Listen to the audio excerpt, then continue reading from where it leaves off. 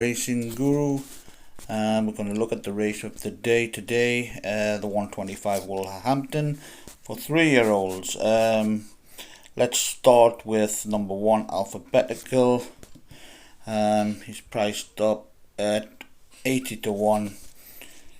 So obviously you're going to need a lot of time by Archipenko, and there's a lot of stamina in the dam side, so he's going to need a bit more time. Number 2 is Cool to Be a Cat, Ian Williams, Martin Dwyer.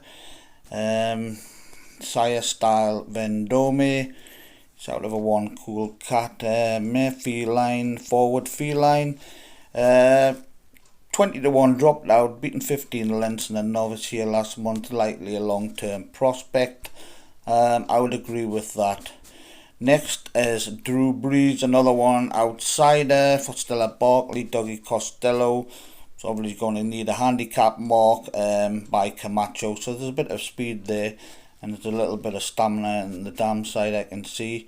Number 4, Glorious Return. Now there's a lot of stamina in the dam side. It's coming back there, but a fantastic light filly coming back. But they've added a bit of speed with the stallion here, Camacho, I can see. 2 runs to date, 27 in Newbury. Well, actually, that track Newbury is quite a decent track for the trainer, Jonathan Portman. He does well with fillies particularly. Lingfield, 5th of 9, posted a 59.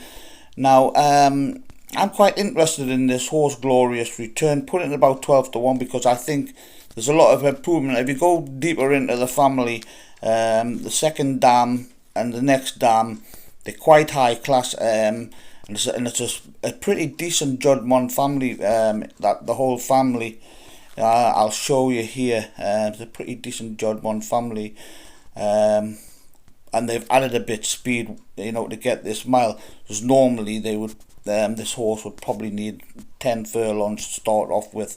As you can see, the sire's Camacho, so they've added a bit of speed to this, stamina laden pedigree. And you've got, the top, the second dam's related, put out one of the foals is Withhold, with an RPR of 116, and you can see there's a lot of stamina there distance wise, and particularly the second dam, Return, very high class dam, and a filly, by Saddler's Wells. And look at the dam sire, Roberto, and the next dam, Slightly Dangerous, she also a top class dam, producing decent horses in there. Look, you can see the 1 mile, 2 1 mile, and they're all decent postmarks and top rated. And this dam actually won races, quite decent races. At Sandown, opened account and won on the debut, and then you can see 97. But the next dam is even more impressive, slightly dangerous. I've put it on a Roberto there, so just got to click it back. But anyway, to save your time, I've already checked the pedigree and everything, and I would say this one, Glorious Return, is in at 12 to 1. I would say that would be quite a decent chance. Third run for Portman. Although we're looking for a handicap mark, there's been money for it, so I don't think so. I think they'll probably be trying to win today. The thing I didn't like about the favourite, Nick's Not Wonders, ran pretty well last time out, but the family, you've got to delve deep down. There's nothing really there on the dam side, and the way one of his horses ran last night was just absolutely horrible. So, you can't trust. Can you trust that horse to run its race after watching one of their runners last night? And actually, they've been in form. Now alongside it is another one. He's got a pretty decent pedigree as well, and probably this trip is absolutely perfect. So of the both favourites, I would say Longsider is definitely the one is bred for this trip. Now they've added this bit speed to this Glorious Return. Number 8, Shevchenko Park. There's a lot too much speed in the pedigree.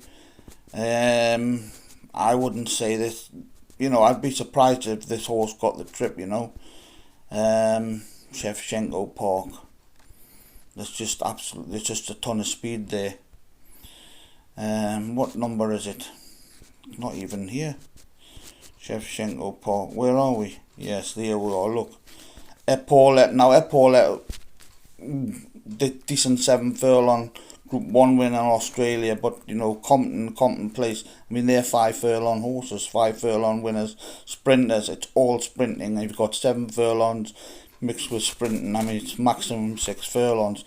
And there's been money for this Shevchenko Park, so I don't know where the stamina's coming from to get this trip, to be honest with you.